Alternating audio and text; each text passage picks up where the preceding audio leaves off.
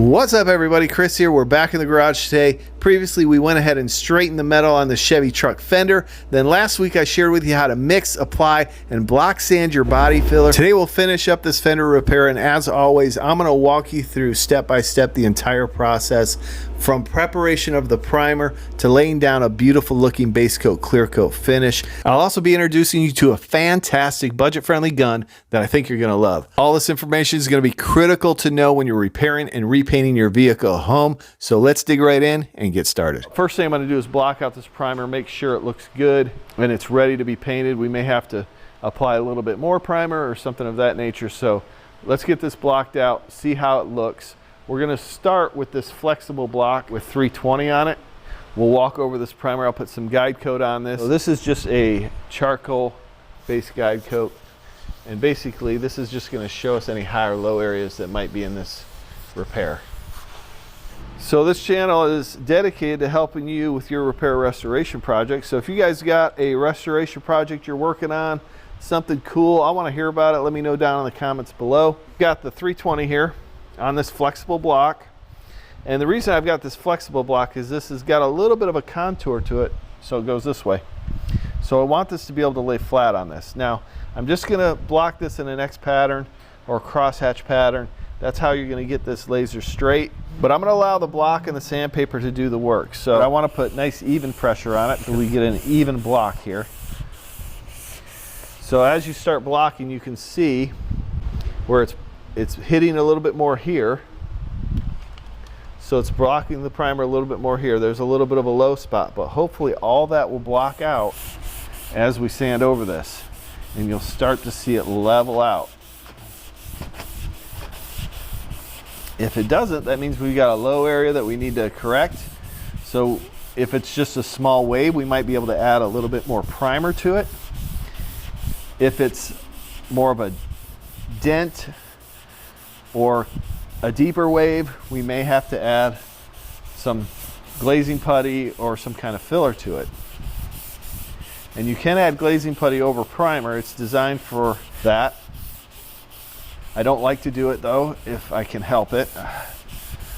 I want everything to block out. That's why we spend a lot of time blocking our body filler and getting it straight before we get into the primer stage. But sometimes it's necessary, sometimes things get missed. So this is all blocking out nice and straight. We got a little low area here, so let's block this a little bit. Okay, so that blocked out. Everything's looking good so far. Now this is obviously a daily driver. If you're wanting a laser straight repair for a show quality truck or car, you're going to want to use some kind of acrylic blocks or hard blocks. They actually get it a lot straighter. But in this situation, it's just not necessary, right? Now at the end, I'm just going to roll over this body line just a little bit because it's not supposed to be completely sharp. It has a little bit of a roll to it.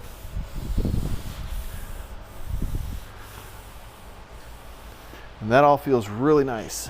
Okay, so we've got a small block right here. This isn't as flexible, but that's okay because it's small.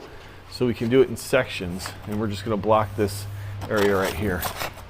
The reason we want a small block, because if it's got a contour here, we don't want this block teetering on the panel. We want it to lay flat. A smaller block, it's going to be easier to lay flat because you're covering a smaller surface.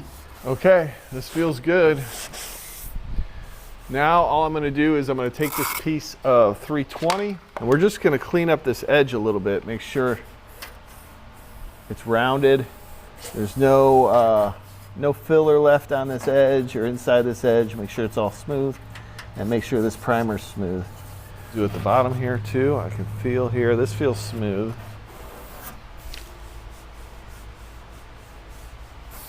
So I feel a little bit of a high spot here, and it might be a little bit low here. So I'm going to block down this high spot a little bit, try and level it out. So when you're feeling this, you want to use the flat part of your hand. I like to use gloves because it glides across the panel a little bit better. And if you move quickly across the panel, it's a lot easier to feel those high and low areas in those little rolls. So when I feel a little bit of a wave, I use this small block to knock that down. So if I feel like this has a dip and then it has a high area right here a little bit, I'm gonna block over it with this smaller block and kind of work it into the rest of the panel. But it actually feels pretty good. It's not absolutely show quality perfect, but it feels really good. Now what we're gonna do is we're gonna run over this with 600 grit sandpaper. All of this light overspray primer, we're gonna sand that off with 600. So we don't wanna have to put color right up against this hood. So I wanna sand all this off with 600. But I'm gonna use an interface pad. I'm gonna go over this whole area with the interface pad and 600. Well, actually this is a piece of 800, so we'll hit it with 800 first.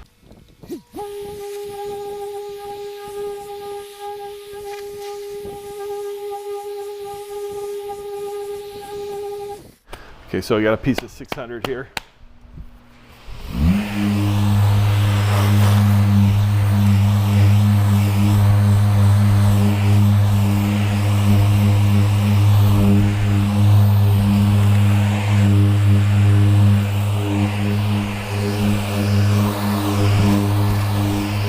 Now I'm going to machine sand over this whole fender.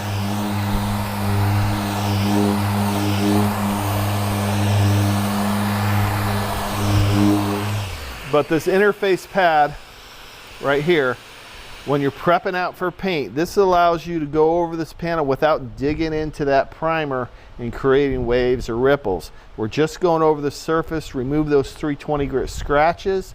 We want those removed before we apply our base coat. You always want a base coat over a 600 grit scratch. I think 600 is the most aggressive you want to paint over, but some guys will paint over a 400. It just depends on your preference. I like 600. This is ready. We're gonna clean it up. I'm gonna arrange things in the shop, cover some things up, move some things out. We need to move this Jeep out. Of course, this has a front end collision that we're working on here. Okay, we got some isopropyl alcohol here. We're gonna spray it down. I'm using isopropyl alcohol, but you could also use wax and grease remover or a water-based cleaner like spray away glass cleaner. Before you start masking, blow the vehicle off. I blow off the engine compartment and all the gaps. We're going to tape this off. I like to tape the edge of this hood because we're going to apply foam tape in here. Now we'll put foam tape in the edge of this hood. We're placing on the inside edge of this hood. I give it a little bit of space for that clear coat to go over that edge. Okay, now we can shut this hood. Now we have a nice clean edge there. I'll put one more piece of tape here. So now when I run over with the razor blade, I've got this tape protecting the hood itself. When I'm masking off this gap from the fender to the door, all I do is take a piece of 2-inch tape and I slide it as far as I can in there, and then I lightly press down the edge of that tape. That allows it to lay up against the fender and eliminate overspray from getting in that gap. Listen, if you guys have any questions about what I'm doing here, maybe there's something you don't quite understand, definitely leave them in the comments below. If you're finding this information helpful, definitely give me a big thumbs up and subscribe to the channel.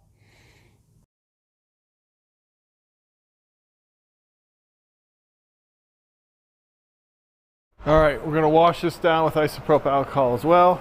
I'm gonna spray some adhesion promoter on this. This has primer on it, but I am gonna spray adhesion promoter and then we're gonna seal it just to be safe.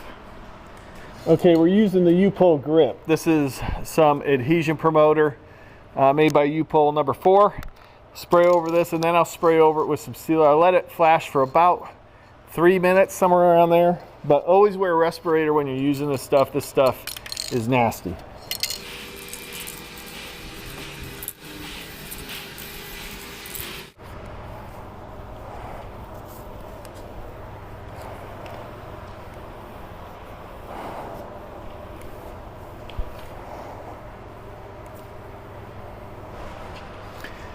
We've got a couple areas where we broke through, so we're going to seal these areas.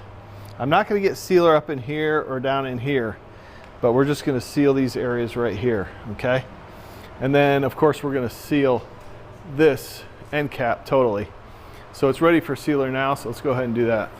Okay, so today we're going to be spraying with this Porphis PRD 715. The last video we did a review on this, but it's an excellent gun, but I wanted to do some more work with it. I wanted to spray with it again, so we're going to use this today. Let's take a look at the fan pattern here. So about 6 inches away.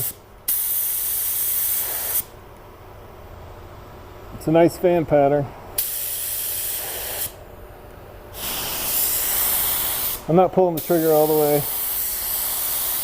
About halfway. And now I'm pulling it all the way.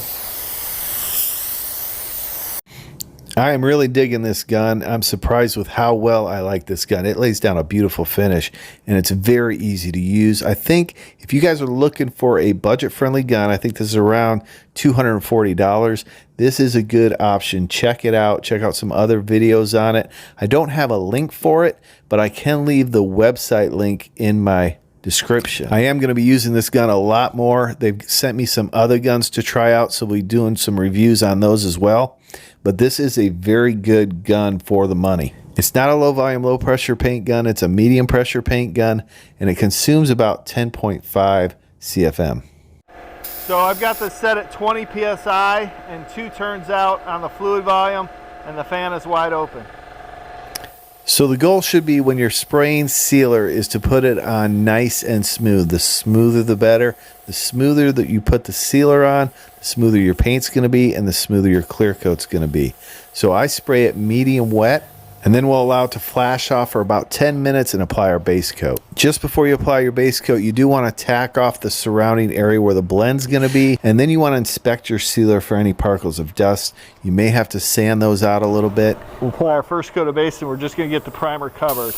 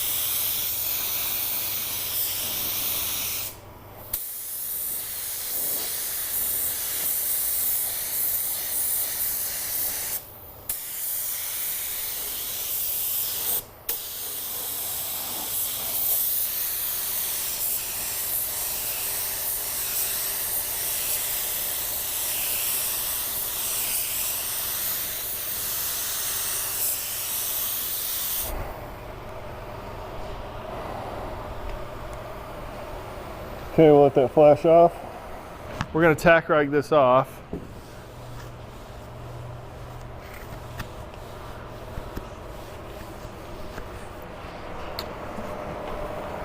We'll put one more coat on this. I'm going to go past the blend area.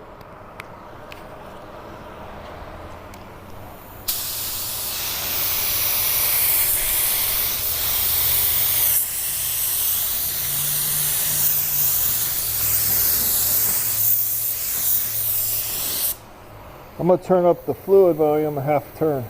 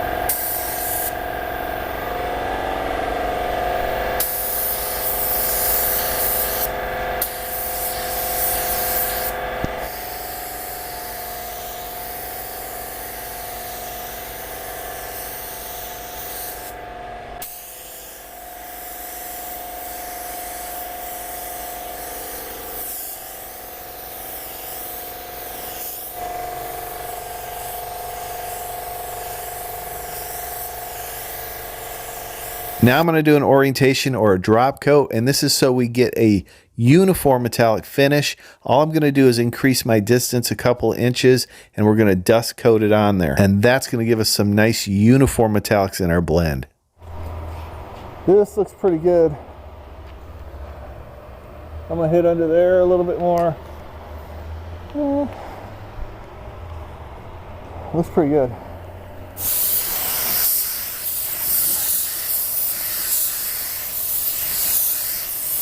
FC710, finish one clear coat. Mixes up 4-to-1.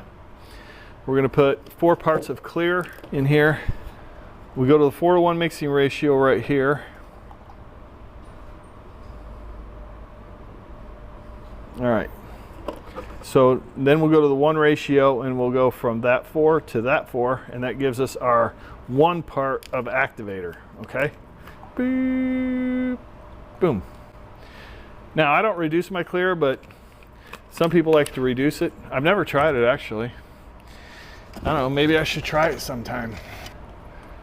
I'm gonna go 4 turns out on the fluid volume. Fan pattern, I'm gonna go wide open. I'm not gonna tack it off. We're gonna let it fly. I'm gonna set it, this is 19.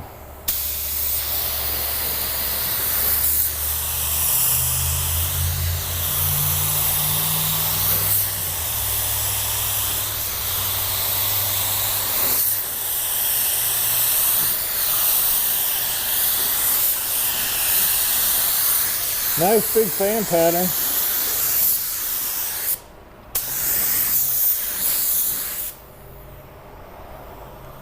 A little dry in some areas, that's okay. We'll hit it hard on the second coat. See, a little dry up there. I'm not even worried about it. That's nice. Let's go ahead and hit in here first.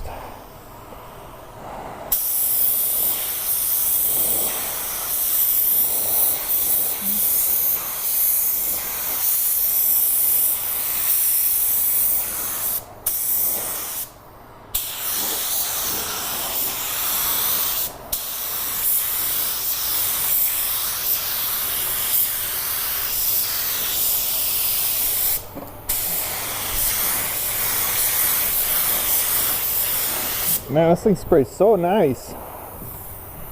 Look at that.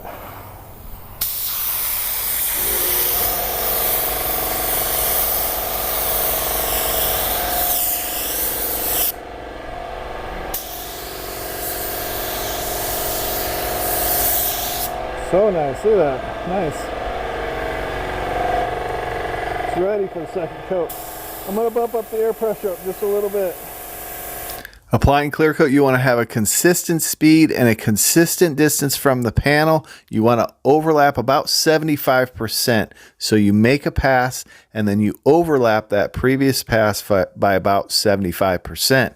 A simple rule of thumb is don't start or stop on the panel. I'll tell you a secret, if you just keep your gun moving and you have a consistent speed, meaning you don't slow down in any areas, you're not going to run it. If you have a consistent distance, a consistent speed, and you don't stop and start on the panel.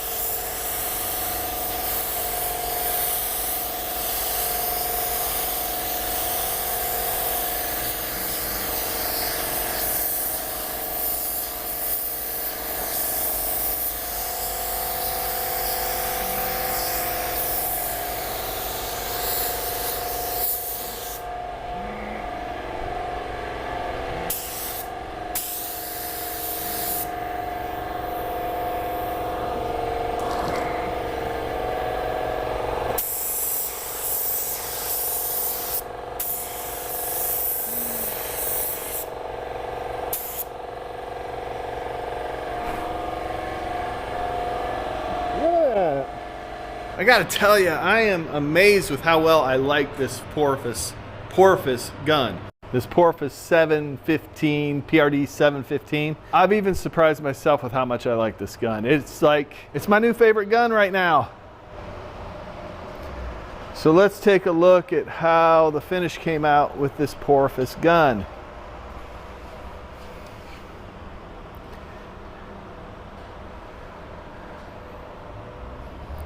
I mean, it's actually pretty clean too, but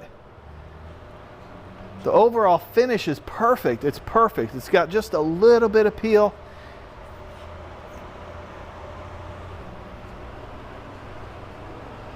I can't complain about this at all. I mean, I'm amazed. And if you saw me put 2 coats on back to back, I pretty much did, because it's 85 degrees outside. In here, it's probably 95. So this clear coat immediately dried. Like, it's almost dry right now. We got a little particle of dust right there. This gun's fantastic. This is very simple to use. Even for a beginner's gonna be able to grab this gun and spray clear like that. There's no doubt in my mind. Listen, I have no relationship with this company. You know, they just sent me this gun. I'm glad they did. Listen, if you want to help support the channel, all you have to do is like this video, comment down below. Let me know what you think about this Porphis gun. If there's any questions you have, leave them down in the comments below. Thanks for watching. We'll see you next time on Garage Noise.